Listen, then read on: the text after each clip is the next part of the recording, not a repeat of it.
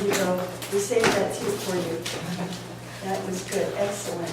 Excellent. Everybody has a chair. Nobody fell on the floor. Okay, we're already ahead of the game. Good morning. Good morning. Oh, I love it. Oh, I'm sorry. This ear didn't hear you. Good morning. Oh, that one is working. Oh, good. I had to turn up my ear. Turn it up. No, I know that's pretty bad, wasn't it?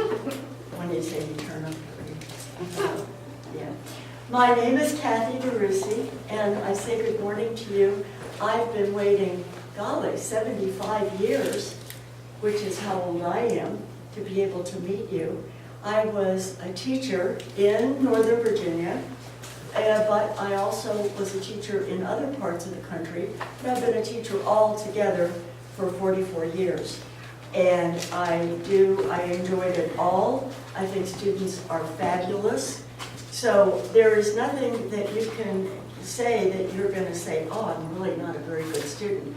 I'm going to probably tell you about what a good student you are, because we're going to have a nice time being able to talk, and I'll try to make it as fast as I can so we can jam in as much as possible. So I bet you've been studying a lot in Virginia history, yes? Yes. Excellent. Well, we're going to study a little bit about Fort Monroe. But I want to be able to tell you that my ancestors actually lived right on the fort. In fact, I can almost point to the house where they lived. And yeah, really, it's just kind of right out there. And they are, and I say they, we'll find out who they are. They are trying to find out if they left anything there, my ancestors, that might be interesting. I hope it's those family secrets that I would have to hide and run, move away. So, who is they? Who would be scientists who would be looking into the past? It's a long word. Yes? What do you want to say? Tell me. Archaeologists. Excellent. I knew you knew it. Sometimes we got to get our tongue unrolled so it'll say the word, because that's a long archaeologist. What does an archaeologist do? Does he clean your ears? What does he do? He discovers things that are from the past. All right, from the past. How do they do that? How do they do that? What do they do? What do they do? Let's say if they wanted to know about something from the past, like tools or something. Okay, like tools. Native Americans, You're right. You're thinking about it. They Good. can dig into the ground. Oh, you said the magic word, dig. That's right, and that's really important. Sometimes it's by hand. Sometimes they have machines, bulldozers and something. But why would they not want to go in with a big bulldozer? It might break or punch. Right, there might be something that might be fragile, and I know that's a big word, but breakable, that we would be able to keep. So we're talking about finding artifacts. Artifacts, when they dig, it would be in layers. Now, if you think about a cake that comes in layers, that's all the same age. In layers of archaeological dig, where is the oldest part? In the bottom or in the top? Bottom. Okay, why is that? Because it was there the longest before the rest. Good, all right, and it would have gotten buried and it would have been mixed in with erosion and maybe floods would come. And I've tried to go out where they're digging, where my ancestors lived, and I tried to go in there even though I wasn't supposed to go in there. But I went in and tried to look and I couldn't find anything. And I thought maybe I wasn't there to be able to do the dig and go deep enough, but who knows, maybe it was already taken. And maybe already scientists said you had taken care of it. So, they were the first people here. My ancestors were here before me, but who was here before? Who did they learn from? Where did they find out to find food and shelter and clothing? And those are the three things that people need to be able to survive. Where did they learn? Who did they learn from? Native Americans. Native Americans, American Indians.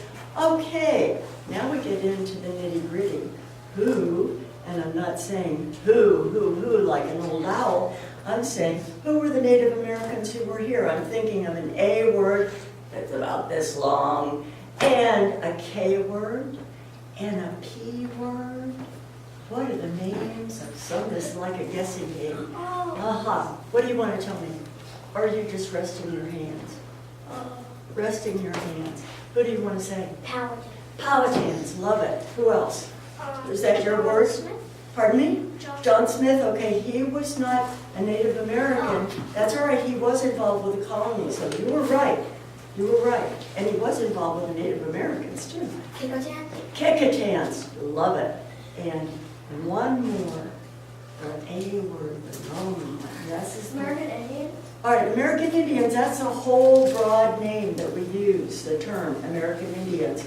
This is the name of a tribe, and it's a long French name. Algonquin? Woo! You know that. Oh, you're allowed to do that in here. Did you know?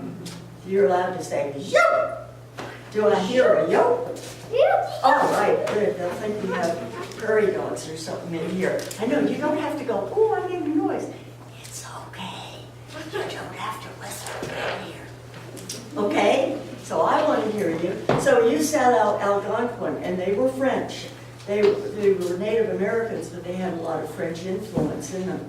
And my name is French. My original ancestors did come from France. I don't speak the language, but that doesn't make the blood different. So we have ancestors who were Native Americans, and we have the three things that they needed to be able to get: food, shelter, and clothing. But look at where they were living.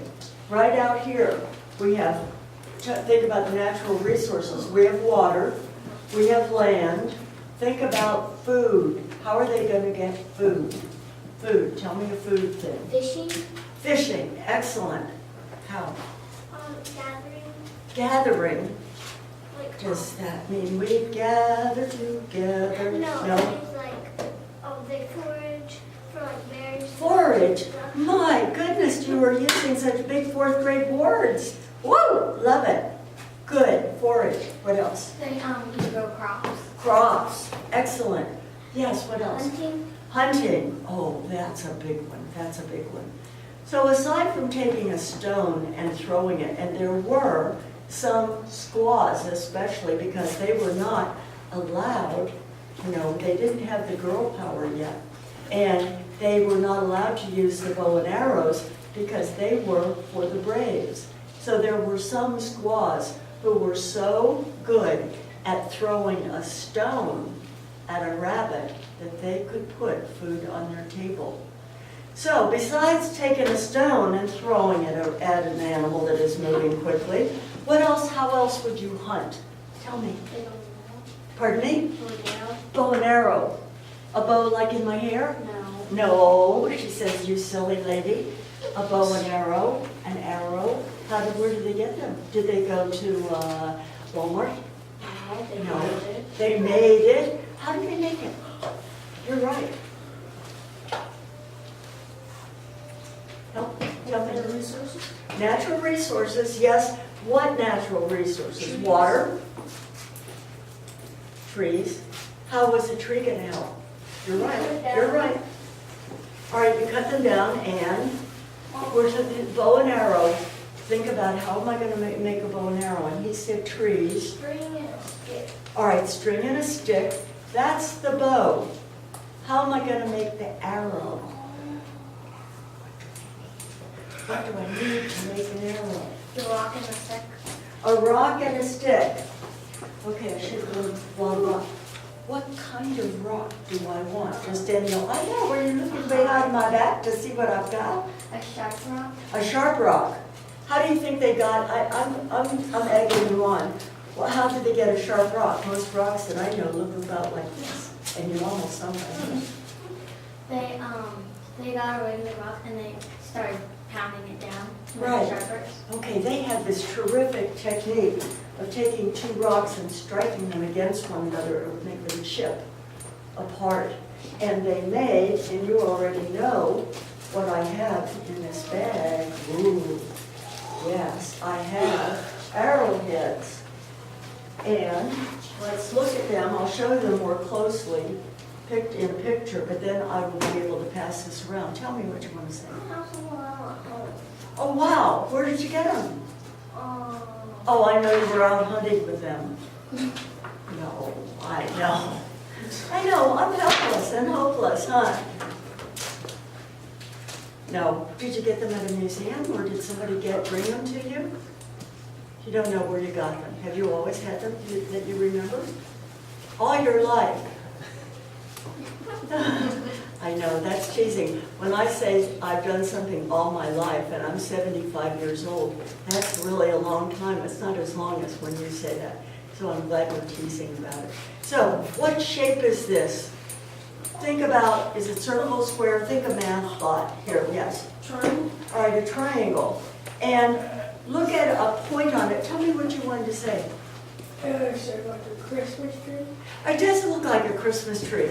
And I look at that and I see a tree also, like this is the trunk and this is the foliage, like a blue spruce, a tree especially. And that is because they grow up and they're very, very nice. They form like that. So we have, and I'm going to pass two around and just make sure that everybody gets to see them and feel them.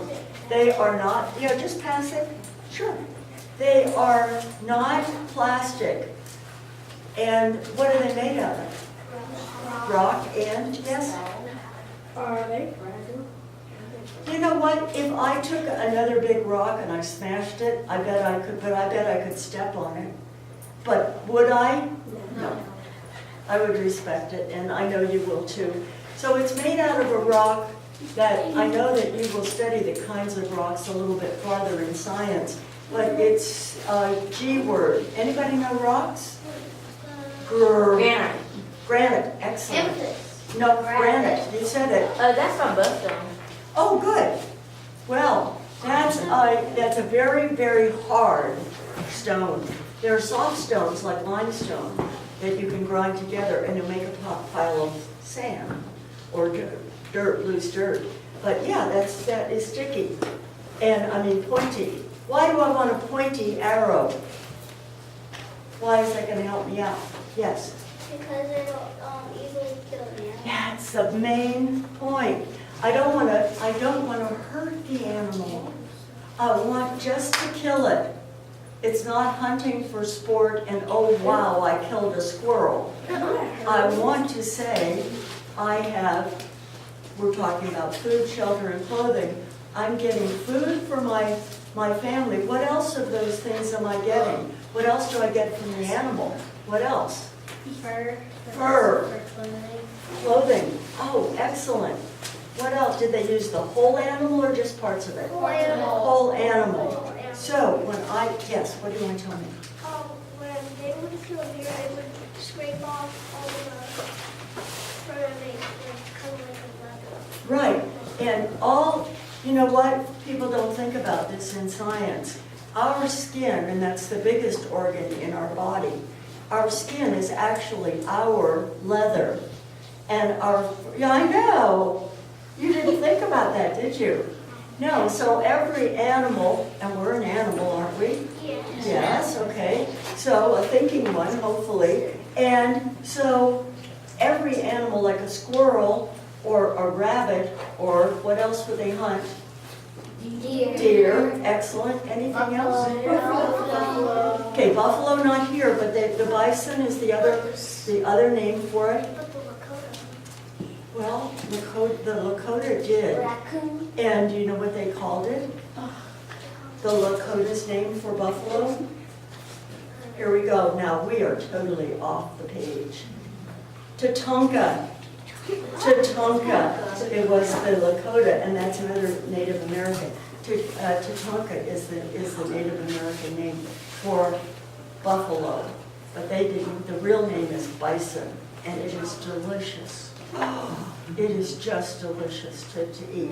So back on track, the arrowheads were attached to arrows by a piece of tendon, and that's a part of your body, or animal's body, that they would get and dry, and they would keep it. So once they had stuck that on the arrow and they could shoot it with their bow, they would they would glue it together. Where did they get glue? Who's that? Sap, that would be a good thought. Better than that, though. They used the whole animal, and if they would cook that down, they would bring the whole animal and they would put it in what? Baskets. Pass these around and take a look. Where did they get the basket? They would. They wove them. And not something softer than wood. Something softer than wood grows by the water sometimes in the field, yes. Reeds? Okay, I'm hiding that. Well, you can take it out. Yeah, I can take it out now because you've already seen it. You are way too quick. That's good. Good for you. I want you to be that way. That's right. I'm looking for what did they use to weave the baskets with? And you said reed. And that's right, but there were some other things that they used. Yeah, straw. Straw. Excellent. That's fine. So they would weave the baskets. You could also, my bag is a woven basket. They would use fabrics. And they could use wool that they would spin from what animals that they had? Sheep. Exactly. So see, they're natural resources what they tied together. You said pots. What is this made out of? Clay. Icky, sticky, mushy clay that I just love. I'm going to ask you when you touch this, put love in your hands and make sure that, I'll start with you, that you don't drop it. Yes, which I know you won't. Yes. Do they use clay to stick stuff? To stick stuff, you know what they would do? If they would make, some of the Native Americans would make houses, log houses, that they learned some of that. I mean, we had to learn that from them. And they would stick mud in between the branches. Why do you think they would do that? So it can stay. All right, so it would stick, but also it would keep the tree branches and the leaves, and hopefully would keep it waterproof. But unfortunately, if it was mud, and I know we've got to go, I hate to say this, we have to go. Yes, ma'am. You do have to go. Time Please for come you to out go. this way to avoid the camera over here. Yeah, here's if I may have the baskets. Thank